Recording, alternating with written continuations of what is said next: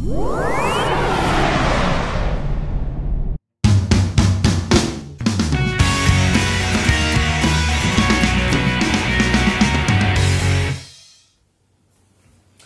Students, welcome back. आपका बहुत बहुत स्वागत है फिर से एक बार। Hope you all are doing fine. आज जो हम आपके लिए लेकर के आए हैं बिजनेस स्टैटिस्टिक्स में, that is one of the most important topic, वो है मेजर्स ऑफ सेंट्रल टेंडेंसी। अब मेजर्स ऑफ सेंट्रल टेंडेंसी में अगर आप देखेंगे तो सबसे पहला अर्थमेटिक मीन आता है, लेकिन अर्थमेटिक मीन काफी कॉमन सा टॉपिक है, मोस्ट ऑफ द लोगों को आता ही आता है, इसलिए अभी हम उसको कवर नहीं कर रहे हैं। हम जो कवर करना स्टार्ट कर रहे हैं वो है मीडियन से, फिर हम करेंगे मोड। मन तो मेरा पहले था स्टैंडर्ड डेविएशन पढ़ाने का, लेकिन स्टैंडर्ड डेविएशन में जब हम मीन डेविएशन करते हैं तो वहां पे हमें मीन और मीडियन की जरूरत पड़ती है। तो मीन से तो काम चल जाएगा, लेकिन मीडियन को समझना ज्यादा इंपॉर्टेंट है, इसलिए हम मीडियन को आपको बता रहा हूं मैं। मीडियन के बाद अगर आप देखेंगे तो हम क्वार्टाइल, परसेंटाइल, डेकाइल भी अगर होगा तो उनको कवर करेंगे, और मीडियन से रिलेटेड काफी सारी चीजों को, जैसे ग्राफिक लोकेशन ऑफ मीडियन जिसे मोजाइक बोलते हैं, उसको भी हम लोग कवर करेंगे। तो मीडियन को समझ लेते हैं पहले कि मीडियन होता क्या है। देखिए, मीडियन जो है कई नामों से जाना जाता है। मीडियन को हम लोग मिडिल मोस्ट वैल्यू भी बोलते हैं, मोस्ट सेंट्रल वैल्यू भी बोलते हैं, पोजीशन एवरेज भी बोलते हैं। और अगर आपको पता ही चल गया होगा कि मीडियन होता क्या है, मीडियन होता है middle term of a series. एक सीरीज का जो मिड टर्म होता है उसको हम मीडियन के नाम से जानते हैं। अब अगर आप देखेंगे तो मीडियन को थोड़ा सा बेसिक वे में समझ लेते हैं कि मीडियन करता क्या है, सीरीज को दो इक्वल पार्ट में डिवाइड कर देता है। ठीक है, एक पार्ट अबव का होता है और एक पार्ट बिलो का होता है। जब वो सीरीज को दो पार्ट में डिवाइड करता है, इसीलिए जब भी हम मीडियन का फॉर्मूला यूज करेंगे तो वहां पे आप एक चीज समझिए कि मीडियन के फॉर्मूले में हमेशा एक चीज आपको मिलेगी कि जितने भी फॉर्मूले होंगे तो वहां पे हम डिवाइडेड बाई 2 करते हैं, क्योंकि मीडियन सीरीज को कितने पार्ट में डिवाइड कर रहा है, डिवाइड बाई 2 कर रहा है, 2 पार्ट में, इसलिए डिवाइडेड बाई 2। अब यहीं पर अगर हम मान लेते हैं क्वार्टाइल पढ़ने लगते हैं और आपसे क्वार्टाइल की बात करी जाने लगती है, तो क्वार्टाइल कितने पार्ट में डिवाइड करता है, 4। तो वहां पे जो फॉर्मूला बनेगा तो वहां डिवाइडेड बाई 4 होगा। नीचे आपको अगर आप देखेंगे तो डिवाइड में हमेशा वहां 4 होगा।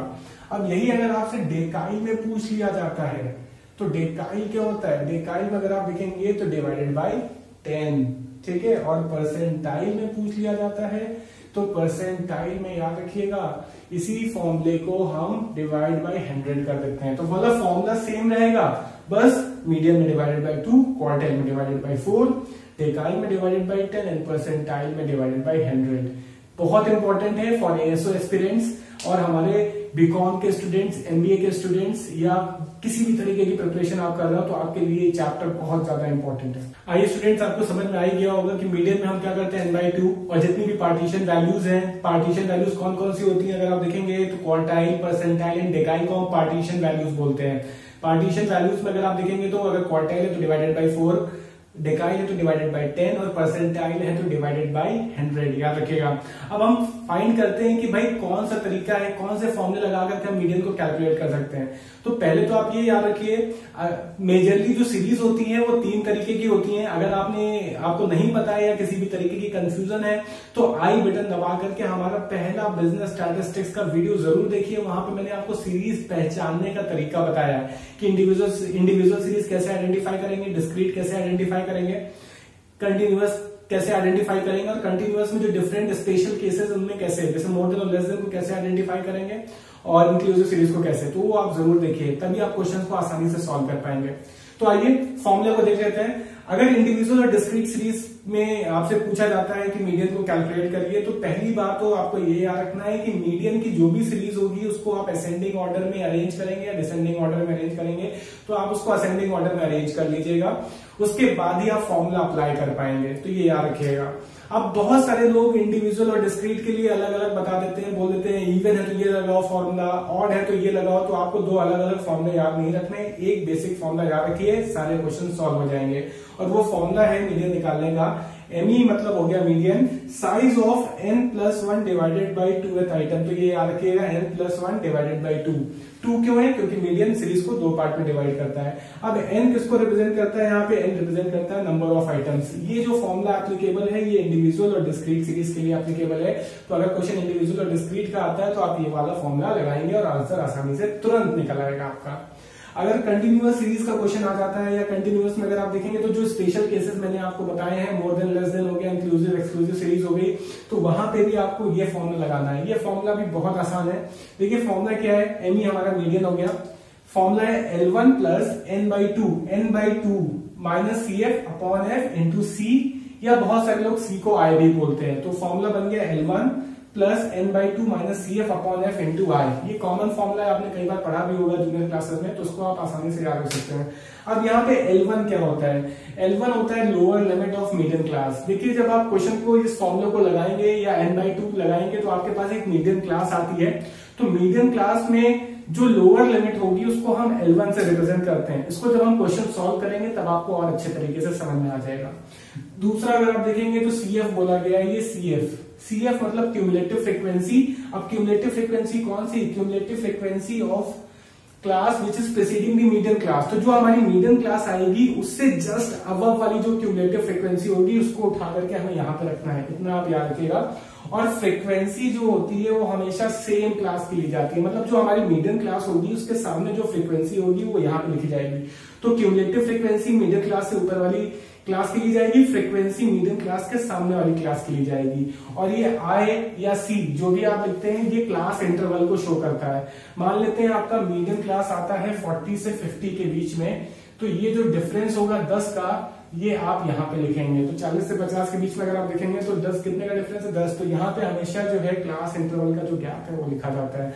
तो ये दो फॉर्मूले एप्लीकेबल है नॉर्मल क्वेश्चन को सॉल्व करने के लिए। हाँ तो स्टूडेंट देखिए अब हम एक क्वेश्चन को सॉल्व करते हैं जो डिस्क्रीट सीरीज का क्वेश्चन है। क्वेश्चन कैसे सॉल्व करना है आपको यहाँ से काफी हद तक समझ में आ जाएगा अगर आप इसको ध्यान से देख लेंगे तो। इसके बाद हम कंटिन्यूअस का सॉल्व करेंगे और उसके बाद एक बहुत इंपॉर्टेंट क्वेश्चन मैं बताऊंगा, जो लोग कंपटीशन की तैयारी कर रहे हैं वहां पे वो 100% आने वाला है। तो पहले आप इसको देख लीजिए। देखिए जब भी डिस्क्रीट सीरीज का क्वेश्चन आएगा तो आप ये याद रखिए, जब भी मीडियन आता है तो हमें मीडियन को कैसे करना है, पहले अरेंज करना है असेंडिंग ऑर्डर में। तो ये सीरीज दी हुई है, सीरीज में अगर आप देखेंगे तो 14, 12, 10, 13, 11 करके दिया गया है। फ्रीक्वेंसी हमें दी गई है 3, 18, 3, 12 एंड 12। तो अगर आप देखेंगे तो हमें क्या करना है, हमें इसको पहले सीरीज को अरेंज करना है असेंडिंग ऑर्डर में। असेंडिंग मतलब जो सबसे छोटा है उसको पहले लगाएंगे, फिर सबसे बड़े वाले को सबसे बाद में। तो पहले 10, जैसे जैसे आप सीरीज को लिखेंगे उसके सामने आपको उसकी फ्रीक्वेंसी को भी लिखना पड़ेगा। तो अगर आप देखें 10 के सामने कितना था 3, तो हमने 10 के सामने क्या लिखा 3। फिर हमने इसको अरेंज कर दिया, 10 के बाद 11 आ गया, उसके सामने 12 आ गया, ठीक है। फिर 12 की जो फ्रीक्वेंसी है वो 18 है, फिर 13 की फ्रीक्वेंसी फिर 12 है और 14 की 3। तो ये अरेंज हो गया हमारा असेंडिंग ऑर्डर में। असेंडिंग ऑर्डर के बाद अगर आप देखेंगे तो हमें क्यूमुलेटिव फ्रीक्वेंसी निकालना है। बिना क्यूमुलेटिव फ्रीक्वेंसी निकाले हुए मीडियन कभी भी सॉल्व नहीं होगा। मीडियन, क्वार्टाइल, परसेंटाइल बिना क्यूमुलेटिव फ्रीक्वेंसी के कभी सॉल्व नहीं होंगे। इसको अपने दिमाग में आप डाल लीजिए। क्यूमुलेटिव फ्रीक्वेंसी कैसे निकाली जाती है, देखिए क्यूमुलेटिव फ्रीक्वेंसी का मतलब होता है फ्रीक्वेंसी का एडिशन। फ्रीक्वेंसी की पहली वैल्यू कितनी थी 3, तो हमने लिखा 3 प्लस 12 कितना हो गया 15। अब अगर आप देखेंगे तो 15 प्लस 18 कितना हो गया 33। तो अगर आप चाहें तो इसको आप ऐड करते जाइए और वैल्यूज अपने आप आती जाएगी। तो 3 की जगह 3 प्लस 12 आपका 15, 15 प्लस 18 33, 33 प्लस 12 कितना हो गया 45। और लास्ट ईयर आप देखेंगे तो 45 और प्लस 3 कितना हो गया 48। और जो क्यूमुलेटिव फ्रीक्वेंसी का टोटल होगा वही हमारा फ्रीक्वेंसी का भी टोटल होगा। तो ये जरूर आप याद रखिए, मतलब इसका जो एडिशन जो इसकी आखिरी वैल्यू होगी वही हमारा फ्रीक्वेंसी की एडिशन होगा। अगर आप फ्रीक्वेंसी को जोड़ देंगे तो भी 48 आएगा। तो ये ध्यान रखिएगा। अब हम अप्लाई करते हैं फॉर्मूला को। तो अगर आप देखेंगे तो फॉर्मूला क्या था हमारा, फॉर्मूला हमारा मीडियन निकालने का फॉर्मूला है size of n+1 divided by 2th item. ये हमने आपको फॉर्मूला बताया था। अब अगर आप देखेंगे तो n आपने कितना निकाला है, n आया आपका 48। तो यहां पर रख दीजिए 48 प्लस 1 डिवाइडेड बाई 2। तो ये आ जाएगा आपका 49 डिवाइडेड बाई 2। 49 डिवाइडेड बाई 2 होता है आपका 24.5 आइटम।